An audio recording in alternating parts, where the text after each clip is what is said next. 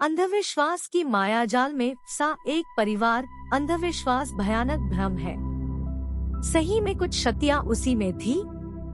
क्या वो जादूगर था जो ये दुनिया को नष्ट करने वाला था? ये एक ऐसा काला जादू की बात है जिसने पूरे परिवार को बर्बाद कर दिया था और भी न जाने कितना परिवार की जान ले ली थी। भारत एक ऐसा देश है जहाँ पे आप गारंटी दे या न करें, लेकिन लोग आपको उसके सकंजे में लेके ही जाता है। यहाँ पे किसी की भी कभी भी ना कभी अंधविश्वास के कारण बलि चढ़ जाता है और इस बात का शिकार बना मध्य प्रदेश के रहने वाले बृजलाल चोपड़ा।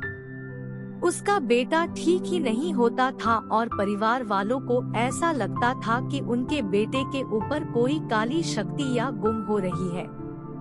वो लोग अपने बेटे को पास में रखकर एक कबीला के पास ले गए, जहाँ पे काले जादू से कुछ भी कर सकता है।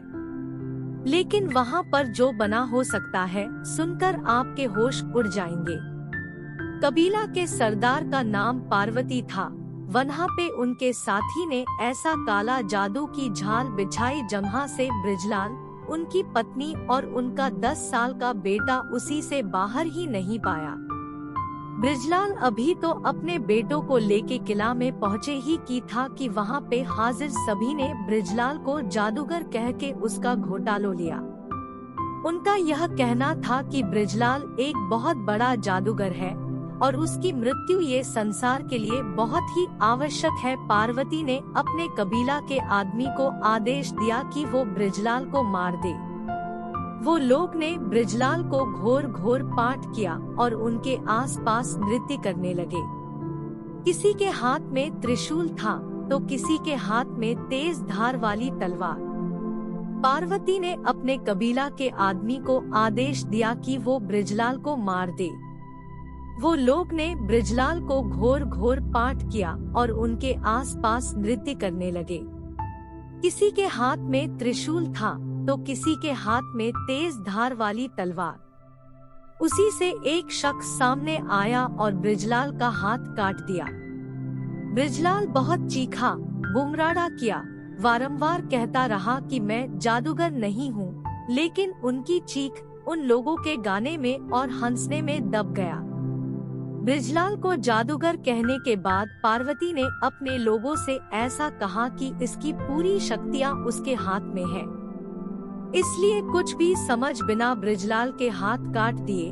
उसके बाद बृजलाल कभी भी किसी के पर हावी न हो जाए, उसकी सारी शक्तियाँ भस्म हो जाए, इसलिए वो दुष्टों ने बृजलाल को जिंदा जला दिया और देख ही देखते बृजलाल का शरीर राख में मिल गया। ये सारा खरनाक का दृश्य बृजलाल के 10 साल का बेटा और उनकी पत्नी के सामने आया था। वो दोनों मदद के लिए चिल्लाए, लेकिन उन्होंने उसकी एक भी बात नहीं सुनी। इस पूरी घटना को अंजाम देने के बाद उन्होंने बृजलाल की पत्नी और बेटे को जाने की इजाजत दे दी और उन्होंने एक चेतावनी दी कि अगर इसके बारे में किसी को भी कुछ कहेंगे तो उसका अंजाम बहुत बुरा होगा। अपने पति की मौत और पूरा परिवार खत्म होता देख सुषमा पूरी दौड़ पुलिस स्टेशन का चक्कर काट रही थी। माम बेटे ने पूरी बात पुलिस को बताई कि किस तरह से वो पोस्टन ने अपने पति को जिंदा जला दिया।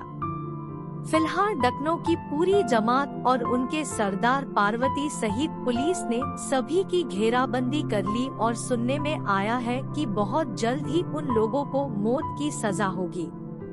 कानून इस घटना को किस तरह से अंजाम देगा वो तो समय ही बताएगा, लेकिन इस घटना ने एक बहुत ही बड़ा सवाल खड़ा कर दिया है कि क्या सही में भारत में कला का जादू होता है, और अगर होता भी है तो किसका करना से होता है।